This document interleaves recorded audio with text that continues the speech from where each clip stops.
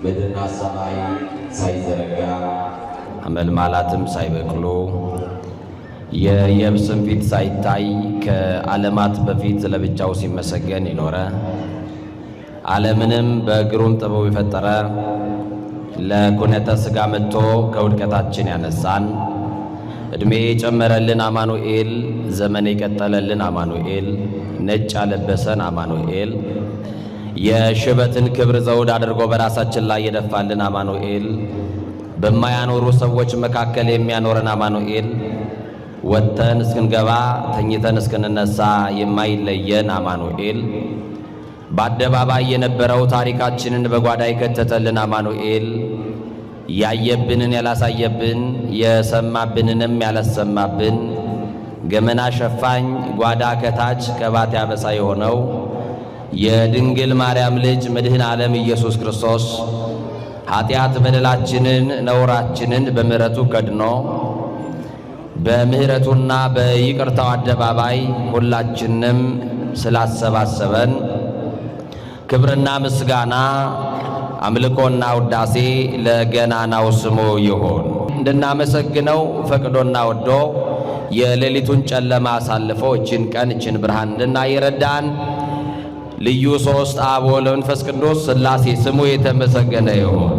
ለቃል ርደት ለሥጋ ምርገት መሰላል የሆነች የአዲስ ኪዳን ኪሩብ ከሰማይ የረቀቀች ዳግሚት ሰማይ በቀደመ ልመናዋ ፍጥረት የምታስምር አዛኝ የጻድቃን ወዳጅ የኃጥአን አማላጅ እናታችን አማላጃችን መመኪያችን በረሃብ ዘመን በልተን የጠገብንባት መሶባችን ድንግል ማርያም በጥማት ዘመን ጠጥተን የረካንባት ጽዋችን ድንግል ማርያም ልብሳችንም ጉርሳችንም ድንግል ማርያም ዘመዳችን ወገናችን ድንግል ማርያም የምንመረጎዝባት በጥራ ሃይማኖታችን ድንግል ማርያም የምንመካባት የመመኪያችን ዘውድ ድንግል ማርያም ከኃጢአት ስጥመት የዳንባት መርከባችን ድንግል ማርያም የሕይወት እንጀራ የቀረበባት አማናዊት መሶብ ድንግል ማርያም ከፍ ከፍ ያልንባት መታያችን ድንግል ማርያም በደቂቀ አዳም በልዑላኑ በትሑታኑ በሰማይ በምድር በገነት በመንግሥተ ሰማያት በዚህም ዓለም ውድስት የሆነች የኢየሱስ ክርስቶስ እናት ድንግል ማርያም መርገመ ሥጋ መርገመ ነፍስ የሌለባት በረከተ ሥጋ በረከተ ነፍስ እያማለደች የምታሰጥ ሥላሴ ክብር የክብር ክብር ያጎናጸፏት የኢየሱስ እናት የእኛም እናት ድንግል ማርያም ክፉ ቀንን ያለፍንባት ድንግል ማርያም እንባችን ታብሶባታልና ከሐዘን ከጭንቅ ከመከራ ወጥተንባት አርፈንባታል። ለኢየሱስ ክርስቶስና ለድንግል ማርያም ክብር ይሆንላት። የታላቁ መልአክ የቅዱስ ገብርኤል በመንገዳችን ሁሉ የጠበቀን የጠላትን ጉድጓድ የደፈነልን የጠላትን የመርዝ ብልቃጥ የደፋልን እኛ ከማናውቀው እሱ ከሚያውቀው ከድንገተኛ አደጋ ያስመለጠን ከሚነድ እሳት ውስጥ ነጥቆ ያወጣን የእግዚአብሔር አገልጋዩ ታላቁ መልአክ ቅዱስ ገብርኤል ስሙ የከበረና የተመሰገነ ይሁን። ወር በገባ በ19 የምናስባቸው ሁለት ታላላቅ የቤተ ክርስቲያን እንቁ አባቶች አሉ። የጻድቁ አባታችን የአቡነ አብየ እግዚእ፣ የጻድቁ አባታችን የአባ ስነ ኢየሱስ በረከትና ረድኤት በሁላችን ላይ ለዘላለሙ ጸንቶ ይኖር። ሊቃውንት ለአእምሮ ዋዘኞች ለጆሮ እግዚአብሔር ደግሞ ለልብ ይናገራል። ሊቃውንት ለአእምሮ ከነገሩን ዋዘኞችም ለጆሮ ካወሩልን የልብ ወዳጃችን እግዚአብሔር ለልባችን የሚነግረን ይበልጣል። ማን ያውቃል ምእመናን ዛሬ የማንን ቋጠሮ ሥላሴ እንደሚፈታ? ማን ያውቃል እግዚአብሔር ዛሬ የማንን እንባ እንደሚያብስ? አንገት ደፍታችሁ አቀርቅራችሁ የመጣችሁ በሐዘን ውስጥ በእንባ ሸለቆ ውስጥ ያላችሁ ከነ ጥያቄያችሁ የመጣችሁ ኑሮ የከበደባችሁ በልዩ ልዩ እስራት ውስጥ ያላችሁ ማን ያውቃል እግዚአብሔር በምን ምክንያት እንደተጠራችሁ? ምናልባት ጊዜያችን ደርሶ መጎብኛ ሰዓታችን ደርሶ ተስፋ የቆረጥንበትን ነገር እንደገና ሊያነሳልን ጠርቶን እንደሆነ በምን እናውቃለን?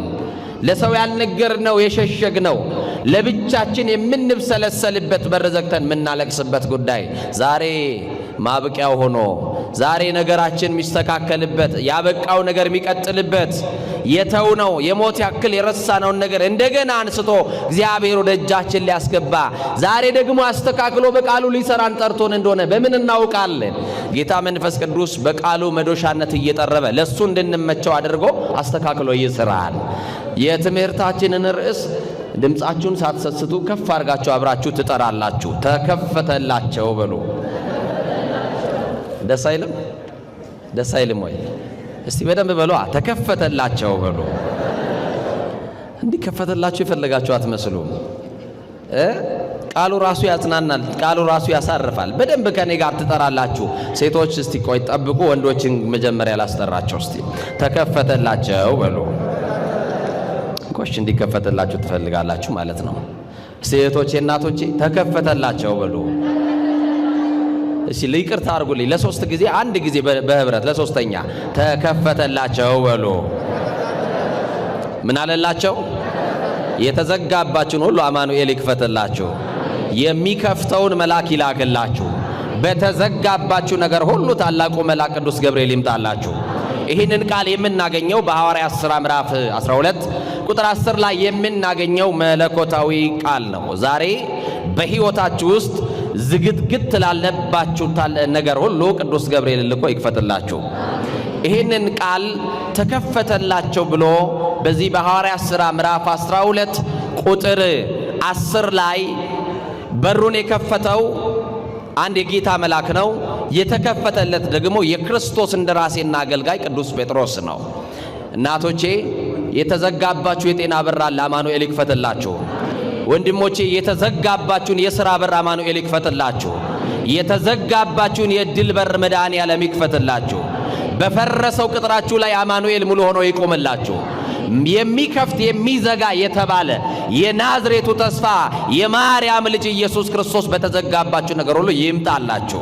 ወንጌላዊ ዮሐንስ ሲናገር እንዲህ አለ፣ ደጆች ተዘግተው ሳለ ኢየሱስ መጣ አለ።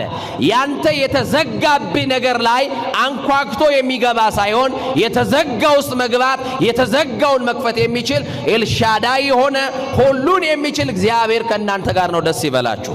እሱ እስካለ ድረስ ጠላት የዘጋብንን አማኑኤል ይከፍትልናል።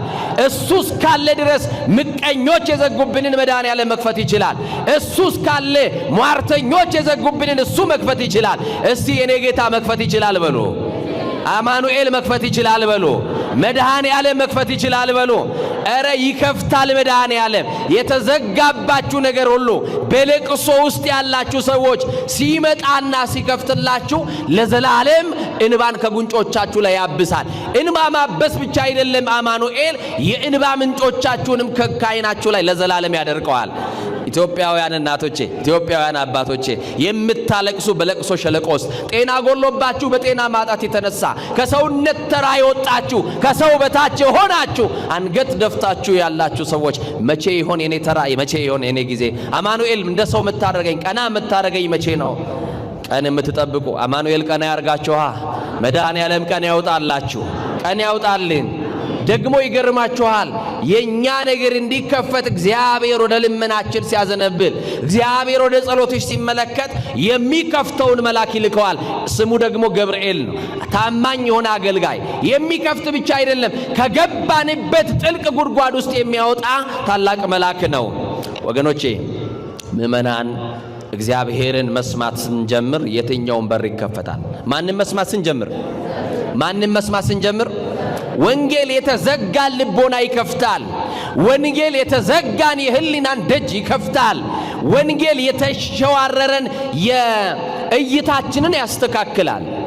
እግዚአብሔርን መስማት አሁን እግዚአብሔርን ካለ መስማታችን እንጂ እግዚአብሔርን መስማት ብንጀምር የተዘጉብን በእኛ ጥረት ሳይሆን እሱን መስማት ስንጀምር ብቻ ይከፈታሉ።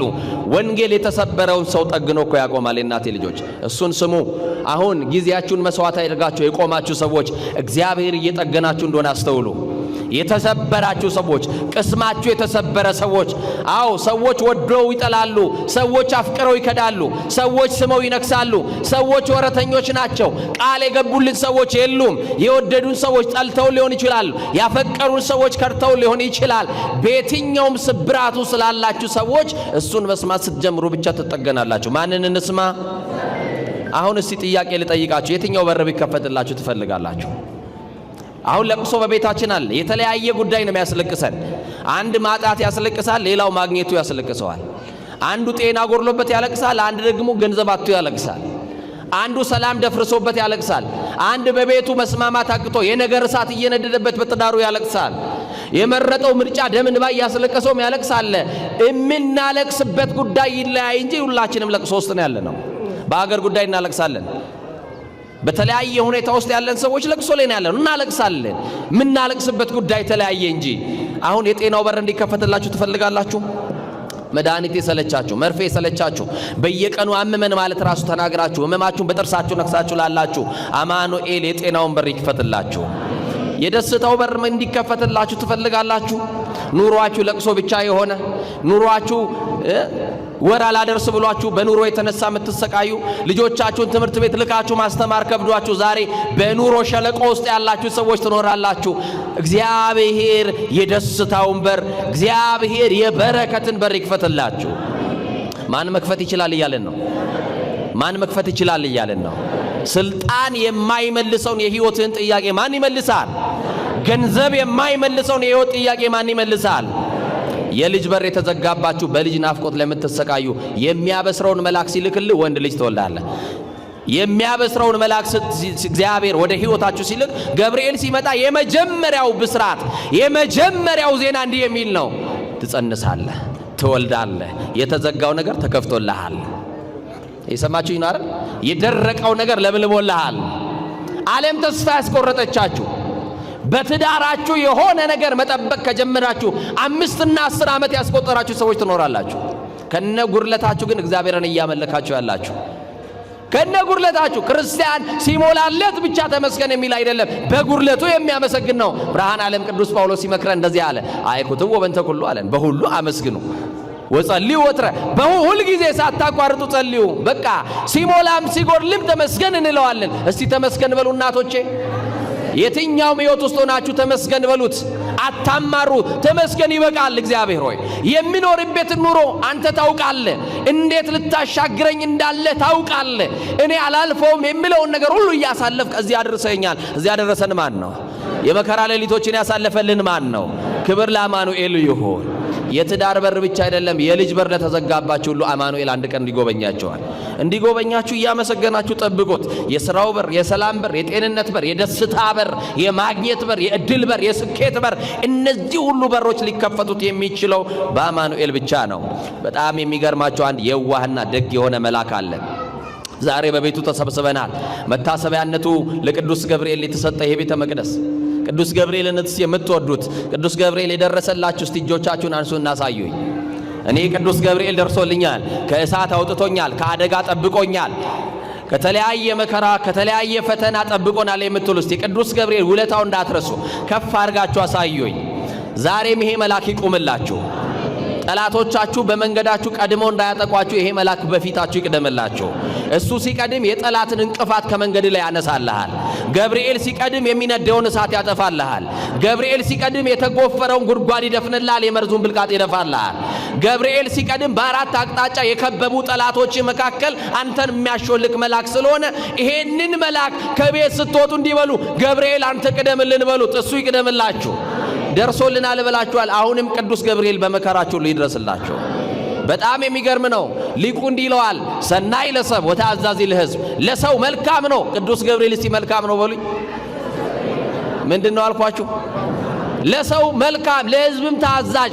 ወውጡ ሩቀ መዓት ወብዛ ምሕረት። ገብርኤል ውጡ ለሰው መልካም ለሕዝብም ታዛዥ፣ ከመዓት የራቀ ለምህረት የሚላክ የምህረት መልአክ ገብርኤል ነው። ምህረቱን ለሀገራችን ያደርግልን። የምህረትን ዜና የሰላምን ዜና ይዞ ወደ ሀገራችን ይምጣልን። ታላቁ ነቢይ ቅዱስ ሄኖክ በመጽሐፈ ሄኖክ ምዕራፍ 6 ቁጥር 7 ላይ ቅዱስ ገብርኤልን ሲገልጠው እንዲህ ይላል፣ በአበቦች ላይ በገነትም በጻድቃንም በኪሩቤል ላይ የተሾመ ከከበሩ መላእክት አንደኛው ገብርኤል ነው ይላል። በእናንተ ቤት ውስጥም ይሄ መልአክ ይሾምላችሁ። ቅዱስ ገብርኤል በመጽሐፈ ሄኖክ ምዕራፍ 10 ቁጥር 14 ላይ በመላእክት ሁሉ የተሾመ መልአክ ይለዋል። በምን ሁሉ የተሾመ? እስቲ በመላእክት ሁሉ የተሾመ በሉኝ። የአርባብ የአስሩ ነገደ መላእክት አለቃ ቅዱስ ገብርኤል ነው። መልአከ ራማ ዘራማ ልዑል እንለዋለን። አብሳሬ ተስቤት ነው።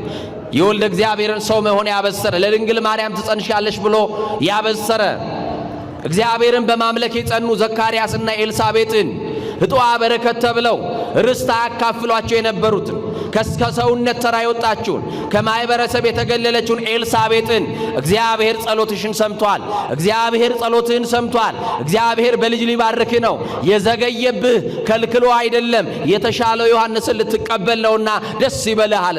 በመዘግየት ውስጥ በመጠበቅ ውስጥ ያላችሁ እናቶች ያላችሁ ያገባ ሁሉ ልጅ አይወልድም። እናቴ ልጅ በሰው ቤት እየገባችሁ በሰው ቁስል ላይ እንጨት ባሰዱ ጥሩ ነው። አማካሪ እየመሰላችሁ ወዳጅ እየመሰላችሁ ለእናንተ ከአንደበታችሁ የሚወጣው ቃል ቀላል ይመስላል። ለሰዎች ግን ከእሾህ በላይ የሚያደማና የሚዋጋ ቃል ሰው ቤት ገብታችሁ ጥላችሁ የምትወጡ ሰዎች አንደበታችሁን ቆጥቡ። ይኸው ሰማችሁኝ? ከኔ ጋር ናችሁ? ሐና ለጊዜው ልጅ አጣች። ፍናና ግን ከኋላ መታ በየዓመቱ ልጅ ተወልድ ነበረ። የፍናና ልጆች አንዱን በእግዚአብሔር ዓይን አልታየም። እናንተ ቤታችሁ ልጅ በልጅ ብታደርጉት በልጅ ቢሞላ እሱ መባረክ እንዳይመስላችሁ። ሰማችሁኝ? አባቱ ማይደሰትበት ልጅ ምን ያደርጋል? እናቱን ማያስደስት ልጅ ምን ያደርጋል? ለመውለድማ ፍናናም ወልዳለች። ሐና የወለደችው ነው በእግዚአብሔር የታየው። የዘገየብሽ እግዚአብሔር የተሻለውን ለክብሩ የለየው ልጅ ሊሰጥሽ ሊሆን ስለሚችል ዝም ብለሽ ጠብቂው። እግዚአብሔር ባይሰጠንስ አንጠብቀው? ባይሰጠን አንጠብቀውም ወይ? እስቲ እንጠብቀዋለን በሉ። ቢከለክለንስ አንጠብቀውም ወይ? የሚያስፈልገንን ከኛ በላይ እሱ ለኛ ያውቃል አያውቅም? እንኳን ነግረነው ከህሊና አስቀድሞ ከሐሳብ አስቀድሞ የሚያውቅ እምቅድመ ህሊና ኩሎ ያምር የተባለ ከሐሳብ አስቀድሞ የሚያውቅ እኮ ነው እግዚአብሔር። እዚህ እኮ ነው እናንተ የማስበውን ሐሳብን ያውቃለሁ ያለን እግዚአብሔር። አሁን አንተ ለራስህ የተሻለ ከምታስበው በላይ እግዚአብሔር የተሻለ አያስብልህም? እናቶቼ ለኛ እግዚአብሔር የተሻለ አያስብልንም ወይ? ያስብልናል። ስለዚህ ለጊዜው የሆነ ነገር ሲዘገየባችሁ እግዚአብሔር ከልክሏችሁ እንዳይመስላችሁ፣ የተሻለ ነገር ስለሆነ እንድትጠብቁት ነው። ጠብቁት እግዚአብሔርን በትዕግስት። እግዚአብሔር ሆይ ከልክለኸኝ አይደለም፣ መቼ እንደምትሰጠኝ ታውቃለህ። የኔ ቀን አለ፣ የኔ ጊዜ አለ። አንተን እንድጠብቅ ሰይጣን እንዳይፈትነኝ ትዕግስትን ስጠኝ፣ አንተን መታገስ እንድችል እንድጠብቅህ እርዳኝ በሉት። ጠብቁት። በመጠበቂያችሁ ላይ በጸሎት ሆናችሁ ይሄው ከጤናችሁ ጎድሎ ከነህመማችሁ የመጣችሁ ሰዎች አሉ። የዛሬ ዓመት ባለቀሳችሁበት ጉዳይ ዛሬ የምታለቅሱ ሰዎች አላችሁ። በአምናው ችግር ዛሬም ያላችሁ ሰዎች አላችሁ። የአምናው ቋጠሮ ዘንድሮም አልተፈታላችሁ ሰዎች ትኖራላችሁ። የዛሬ ዓመትም ላይፈታ ይችላል። ባይፈታ እንኳን ከነቋጠሯችን እናመልከዋለን። የሆነ ቀን ሲደርስ እግዚአብሔር የሚፈታውን መልአክ ይልካላ። ቋጠሮ የሚፈታ ሰንሰለት የሚቆርጥ መልአክ በሕይወታችን ይልክልናል። ቅዱስ ገብርኤል የሰላም መልአክ ነው። እስቲ የሰላም መልአክ ነው በሉኝ። የምን መልአክ ነው? ሰላሙን ለሀገራችን ለኢትዮጵያ ይዘዝልን። ቅዱስ ገብርኤል የሰላም መልአክ ነው። ለቤታችን ሰላም ጠፍቷል፣ መደማመጥ የለም። በአንዱ ቋንቋ እየተነጋገርን አንደማመጥም። ልጆች ለወላጆቻቸው አይታዘዙም፣ የወላጆቻቸውን ድምፅ አይሰሙም፣ የወላጆቻቸውን ቋንቋ አያዳምጡም። አባቱን ገላምጦ እናቱን ሰድቦ የሚወጣ ትውልድ ተፈጥሯል። ስለዚህ እግዚአብሔር ለቤታችን ሰላም